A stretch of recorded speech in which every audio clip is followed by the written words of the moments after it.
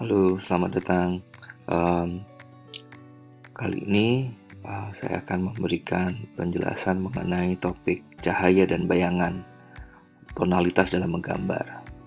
Eh, Dalam menggambar, ada beberapa elemen dasar yang harus kita pelajari untuk menyempurnakan karya kita. Dari beberapa elemen dasar, salah satunya adalah cahaya dan bayangan atau tonalitas, atau dalam bahasa Inggris value, tonal value, shading, dark and light. Oke, bersama saya Benny B. Karismana. Oke, kita lanjutkan. Oke, di topik ini kita akan bahas dua jenis karya ilustrasi, hitam putih atau black and white dan grayscale. Untuk black and white, kita hanya menggunakan warna hitam dan putih. Sementara di grayscale, kita menggunakan rangkaian berbagai warna abu-abu dari yang paling terang, putih, hingga 10%, 20%, hingga warna yang gelap 70%, 80%, dan 100%. Berikut adalah contoh dua jenis ilustrasi yang berbeda. Di gambar yang sebelah kiri kita bisa lihat, meskipun terlihat ada kesan gradasinya, tetapi warna yang dipakai hanyalah warna hitam dan warna putih. Sementara di sebelah kanan, ilustrasinya menggunakan rangkaian warna abu-abu dari warna abu-abu yang paling terang hingga warna abu-abu paling gelap. Untuk grayscale, ada 3 bagian grayscale yang akan istilah yang kita gunakan, yaitu highlight, midtone atau halftones, dan shadow. Highlight adalah beberapa level warna paling terang, midtone adalah warna di tengah, dan shadow adalah warna yang paling gelap. Ini hubungannya dengan pencahayaan yang akan saya jelaskan di slide berikutnya. Ini adalah jenis shading atau arsir atau rendering. Untuk level terang sampai gelap, ada banyak cara kita bisa mengaplikasikannya dalam ilustrasi gambar yang kita akan buat. Ada yang menggunakan arsiran, ada yang menggunakan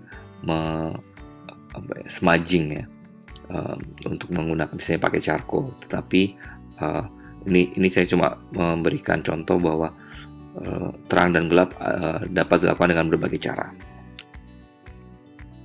Seperti ini juga yang nanti akan dilakukan sebagai salah satu tugas di topik ini. Berikut adalah contoh cara aplikasi terang dan gelap dalam bidang yang sangat sederhana seperti ini, yaitu bentuk-bentuk lingkaran.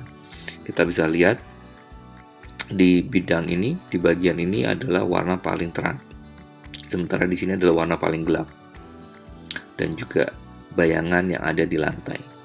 Dari sini kita bisa lihat bagian yang paling gelap, paling terang ini adalah kita sebut highlight, sementara bagian yang paling gelap di sini dan di benda ini kita sebut adalah shadow atau bayangan. Nanti bayangan ini akan dibagi dua lagi.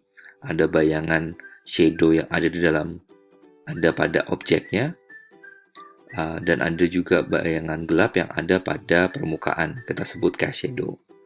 Ada juga pantulan cahaya atau kita bilang reflektif yang ada pada objek, yaitu pantulan dari permukaan yang berada pada bidang. Kombinasi highlight, shadow, dan midtone adalah level abu-abu yang ada di antara highlight dan shadow. Kombinasi ini semua yang akan membantu karya ilustrasi kita menjadi lebih meyakinkan, lebih 3 dimensi. Kalau kita coba bedah lagi, kita dekonstruk lagi seperti ini. Ini adalah highlight, kemudian halftone atau midtone adalah di antaranya. Jadi halftone itu ada rangkaian warna abu-abu dari highlight hingga shadow. Ini adalah warna shadow, bagian pada permukaan bagian pada objek yang tidak terkena cahaya. Sementara lagi adalah reflect adalah bagian dari objek yang terkena pantulan cahaya dari permukaan. Itu namanya reflect. Kemudian ada lagi namanya cast shadow. Ini adalah bagian gelap pada permukaan yang menjadi gelap karena tertutupi, cahayanya tertutupi oleh objek yang kita pelajari. Jadi ada highlight, bagian yang paling terang karena terkena cahaya langsung. Shadow adalah bagian pada objek yang paling gelap karena tidak terkena cahaya. Halftone adalah daerah antara highlight dan shadow. Sementara cast shadow adalah daerah tergelap pada permukaan. Ini adalah contoh yang lain juga untuk menjelaskan highlight, halftone, shadow, dan reflect. Ini yang harus dipelajari, harus dipahami sebagai pemahaman dasar bahwa benda apapun yang kita lihat akan ada highlightnya dan akan ada shadownya, ada midtone dan ada cast shadownya. Ini adalah contohnya step by step. Bentuk yang pertama ada 2 dimensi, kemudian kita pelajari bagian shadownya dan cast shadownya, dan di sini kita mulai sedikit demi sedikit untuk membuat midtone-nya. Disinilah kita mencoba untuk mengulik dari warna paling terang hingga warna paling gelap. Ini ada lagi versinya. Oke, ini bentuknya bagaimana membuat dari bentuk 2 dimensi hingga menjadi kesan 3 dimensi, dari lingkaran hingga terkesan sebagai bola. Ini juga akan menjadi latihan di topik ini juga. Kemudian kalau tadi bentuknya lingkaran menjadi bentuk bola, sekarang bagaimana bentuk kubus? Ini adalah gambar bentuk kubus yang dibuat secara isometris sehingga terlihat 3 dimensi. Ini adalah gambaran kubus yang dibuat menggunakan pendekatan highlight, midtone, dan shadow. Jadi kalau dilihat contoh ini, bagian sisi ini terkena cahaya paling terang, jadi kita sebut highlight. Dan ini adalah bagian yang paling gelap atau shadow. Bahkan dalam waktu shadow pun ada sedikit gradasi dari shadow menjadi reflect karena mendapatkan pantulan dari lantai. Bagian yang gelap pada permukaan adalah cast shadow. Seperti biasa, jadi ini pun di cast shadow sama shadow pun tidak selalu konsisten flat warna gelapnya, tetapi ada sedikit bagian yang cenderung lebih terang karena ada pantulan dari permukaan. Kemudian transisi dari warna dari bagian highlight ke warna shadow kita sebut midtone atau halftone.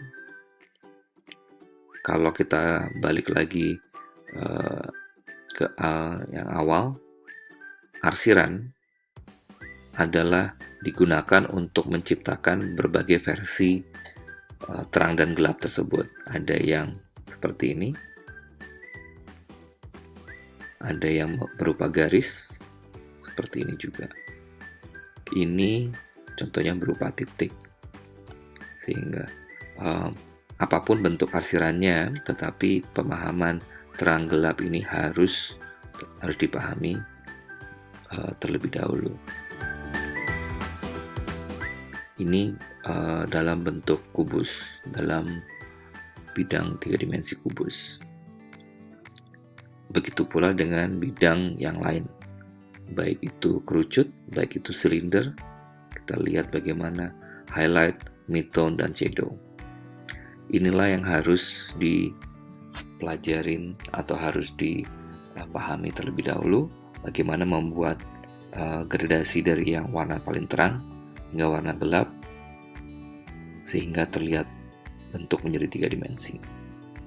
Oke, tadi itu masalah cahaya dan bayangan. Yang berikutnya adalah arsiran.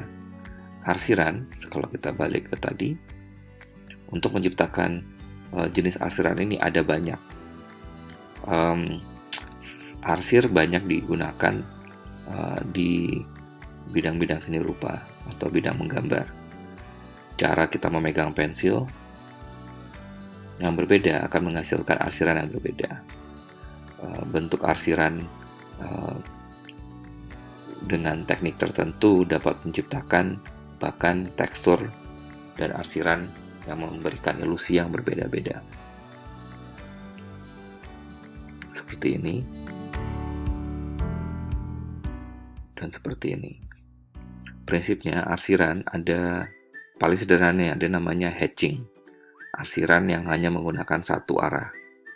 Kemudian ada lagi arsiran yang menggunakan dua arah yang overlapping, yaitu cross hatching. Kemudian ada lagi yang lebih banyak lagi, multiple hatching. Semakin sederhana, semakin tipis, semakin jaraknya jauh, akan menimbulkan kesan terang. Sementara semakin menumpuk, akan menimbulkan kesan gelap. Simple hatching, cross hatching, dan multiple hatching. Seperti ini. Ini hatching. Bahkan kalau di bagian nomor 1 ini, gelap terangnya ditentukan oleh jarak dari hatchingnya itu sendiri. Semakin rapat akan mendapatkan semakin gelap.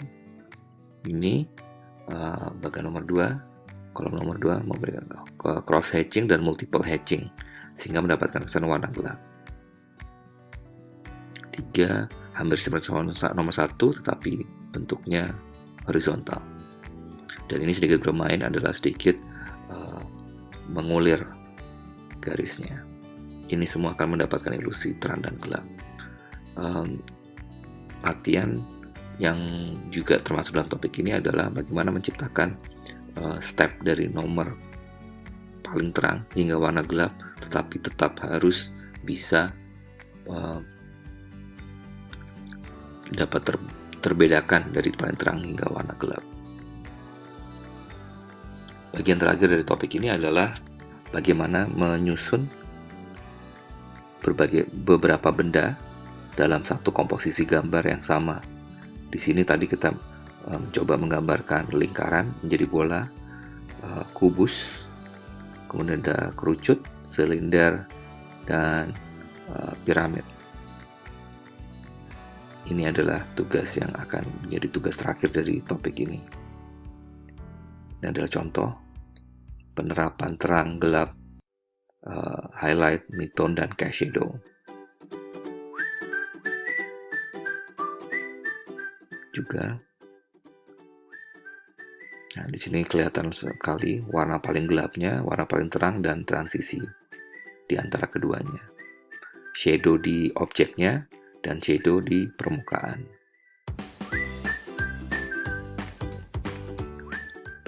Dalam bentuk-bentuk sederhana ini tetap harus ini adalah bentuk-bentuk dasar, karena jika ini bisa dilakukan maka niscaya nanti di benda-benda yang lebih kompleks ini akan lebih